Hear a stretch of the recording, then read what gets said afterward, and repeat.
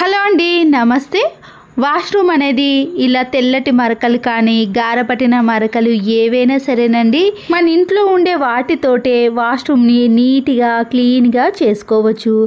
పదే పదే రుద్దాల్సిన పని కూడా లేదండి. ఎన్ని వాష్రూమ్లు ఉన్నా సరే తక్కువ టైంలో ఎటువంటి కెమికల్స్ని హార్పిక్ని వాడకుండా ఈజీగా క్లీన్ చేసుకునే టిప్ని ఈ వీడియోలో షేర్ చేస్తున్నానండి. వాష్రూమ్ టైల్స్ కానీ ఫ్లోర్ కానీ ఎలా ఉన్నా సరేనండి, గారపట్టిన మరకలు తెల్లటి మరకలు ఏవైనా సరే మనం కష్టపడకుండానే సింపుల్గా క్లీన్ చేసుకునే ప్రాసెస్ని ఈ వీడియోలో షేర్ చేస్తున్నాను. ఇక ఆలస్యం చేయకుండా వీడియోలోకి వెళ్ళిపోదాం. బకెట్లోకి మీరు మామూలు వాటర్ని కాకుండా హాట్ వాటర్ని తీసుకోవాలి.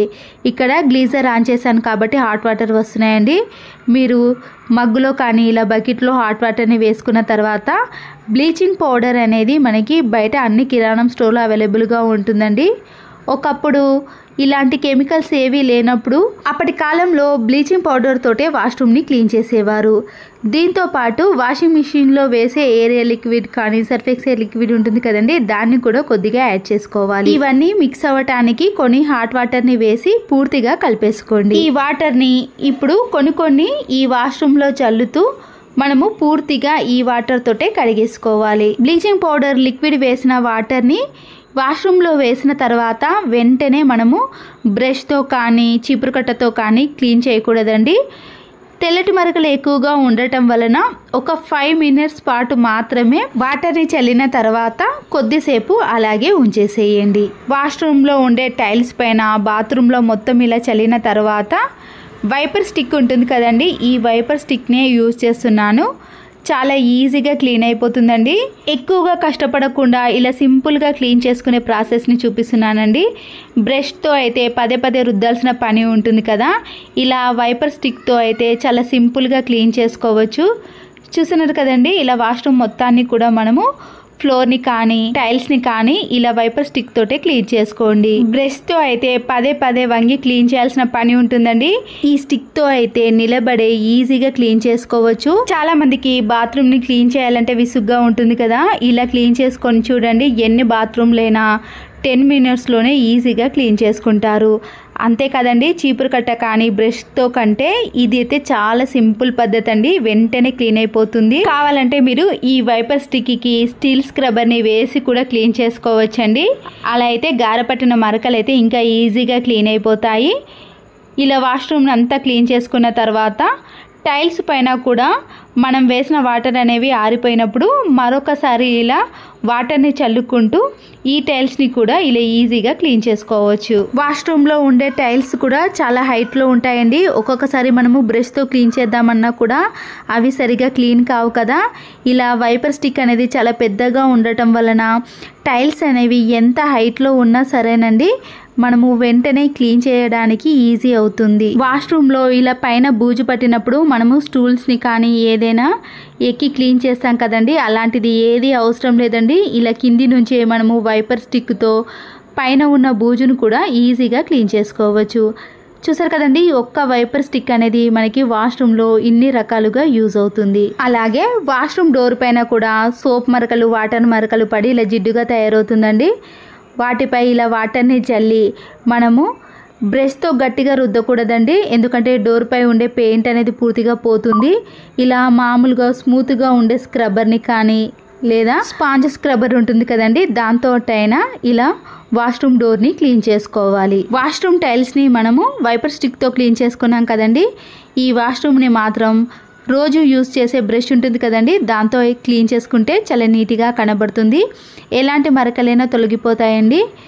ఒకవేళ గారపట్టిన మరకలు ఎక్కువగా ఉన్నాయనుకోండి, స్టీల్ స్క్రబ్బర్తో క్లీన్ చేసుకుంటే ఆ మరకలు కూడా పోతాయి. చూడండి, హాట్ వాటర్లో కలిపి ఇలా వాష్రూమ్ని క్లీన్ చేసుకున్నాం అనుకోండి, దానికి పట్టిన జిడ్డు మరకలు అనేవి ఇలా పూర్తిగా వచ్చేస్తున్నాయి. రుద్దాల్సిన పని లేకుండా వాష్రూమ్ని క్లీన్ చేసుకోవాలంటే నైట్నే మనము ఈ వాటర్ని అంతా కూడా చల్లి వాటర్తో క్లీన్ చేసుకున్నాం అనుకోండి, మనము బ్రష్ పెట్టి రుద్దాల్సిన పని కూడా ఉండదు.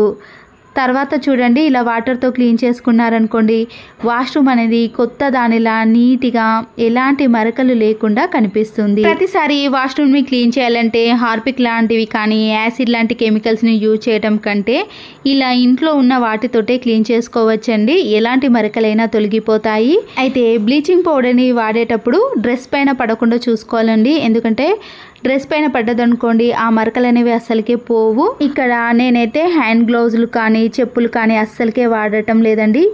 బ్లీచింగ్ పౌడర్ అనేది మరీ అంత పవర్ఫుల్ కాదండి, కానీ క్లీనింగ్ ప్రాసెస్లో మాత్రం చాలా బాగా యూజ్ అవుతుంది. కావాలంటే మీరు హ్యాండ్ గ్లౌజులు కానీ చెప్పులు వేసుకొని వాష్రూమ్ని క్లీన్ చేసుకోవచ్చు. చూడండి వాటర్తో క్లీన్ చేస్తున్నప్పుడే మరకలన్నీ కూడా పూర్తిగా తొలగిపోయాయి. వాష్రూమ్ టైల్స్ కూడా చూసారు కదండి, తెల్ల మరకలు ఉండే కదా, అవి కూడా పూర్తిగా తొలగిపోయాయి, అద్దంలా మెరిసిపోతున్నాయి. బ్లీచింగ్ పౌడర్ అనేది త్వరగా కరగదు కాబట్టి హాట్ వాటర్లో కలిపి మనము వాష్రూమ్ని క్లీన్ చేసుకోవాలండి. అప్పుడే మరకలు అనేవి పూర్తిగా తొలగిపోతాయి. ఇంతకుముందు వాష్రూమ్ డోర్కి కూడా ఇలా తెల్లటి మరకలు ఎక్కువగా కనిపించాయి కదండి. బ్లీచింగ్ పౌడర్తో క్లీన్ చేసుకున్నాక ఒక్క మరక కూడా డోర్ పైన కనిపించదండి. వాష్రూమ్ టైల్స్ కూడా చాలా నీట్గా తయారయ్యాయి కదండి. ఇక్కడ నేను ఎక్కువగా ఏమి యూజ్ చేయలేదండి. ఒక బ్లీచింగ్ పౌడరు, వాషింగ్ మిషన్లో వేసే లిక్విడ్ మాత్రమేనండి. అలాగే నేను ట్యాప్స్ పైన కూడా ఈ వాటర్ని వేసి మిగిలిపోయిన సబ్బు తునుకలు ఉంటాయి కదండి, వాటితో అయినా ఇలా క్లీన్ చేసుకుంటున్నాను. స్క్రబ్బర్తో కానీ చేత్తో కానీ ఈ ట్యాప్స్ని ఇలా క్లీన్ చేసుకోవచ్చండి. ఎలా క్లీన్ చేసుకున్నా కూడా చాలా నీట్గా తయారవుతాయి. తర్వాత వాటర్తో క్లీన్ చేసుకొని చూడండి, కొత్త దానిలా మెరిసిపోతున్నాయి కదా.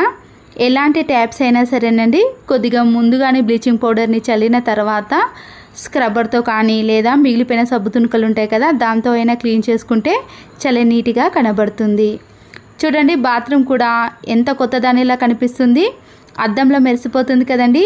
ఇంతకు ముందుకి ఇప్పటికీ తేడా చూసారు కదండి.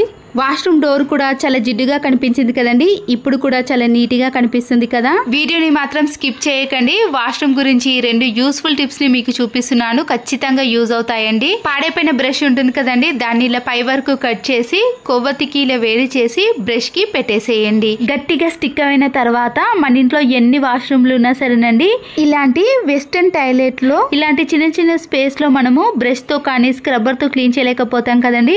ఇలా పాడైపోయిన బ్రష్తో క్లీన్ చేసుకున్నారనుకోండి, వాష్రూమ్ ఎప్పుడు చూసినా కూడా చాలా నీట్గా క్లీన్గా కనబడుతుంది.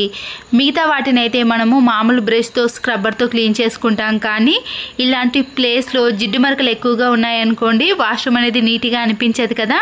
ఇలాంటి ప్లేస్లో కూడా ఈ బ్రష్ సహాయంతో క్లీన్ చేసుకోవచ్చు. కంఫర్ట్ కానీ వాషింగ్ మిషన్ లిక్విడ్ అయిపోయిన ప్యాకెట్స్ ఉంటాయి కదండి, అవి వేస్ట్ అని పడేసాం, కానీ వీటిని కూడా యూజ్ చేసుకోవచ్చు. ఈ లిక్విడ్ ప్యాకెట్ యొక్క పై భాగం వరకు ఇలా పూర్తిగా కట్ చేసుకున్నాక దీన్ని ఇలా కొద్దిగా మలుచుకొని 2 సైడ్స్ కూడా చిన్న చిన్న హోల్స్ అనేవి చేసుకోవాలి. మన ఇంట్లో గట్టిగా ఉన్న తాడుని తీసుకొని ఇలా కట్టేసామనుకోండి, చిన్న బ్యాగ్ అనేది రెడీ అయిపోతుంది. దీన్ని వాష్రూమ్లో ఏదైనా మేకు కానీ ఇలాంటి ట్యాప్కి తగిలించేసి వాష్రూమ్లో హెడ్ బాత్ చేసుకునే షాంపూ ప్యాకెట్లు కానీ హెయిర్స్ ఉంటాయి కదండి, సోప్ బాక్సులు, అవన్నిటిని కూడా వాష్రూమ్లో పడేయకుండా ఇలా తయారు చేసుకున్న లిక్విడ్ బ్యాగ్లో వేసామనుకోండి వాష్రూమ్ కూడా నీట్గా కనిపిస్తుంది. తర్వాత దీన్ని డస్ట్బిన్లో వేసేయచ్చు. పడేసే వాటిని కూడా మనము ఇంట్లోకి కానీ ఇలా వాష్రూమ్లోకి కూడా యూజ్ చేసుకోవచ్చు. చూడండి ఇంతకు ముందు వాష్రూమ్కి ఇప్పటికీ తేడా చూసారు కదా, అద్దంలా మెరిసిపోతుంది. మన ఇంట్లో ఉండే 2 ఇంగ్రీడియంట్స్ తోటే ఇలా వాష్రూమ్ని నీట్గా క్లీన్గా టైల్స్ని కూడా క్లీన్ చేసుకోవచ్చు. ట్యాప్స్ని, సోప్ బాక్స్ని, వాష్రూమ్ డోర్ని ఇలా అన్నిటినీ కూడా ఒకే ప్రాసెస్లో క్లీన్ చేసుకున్నాం కదండి.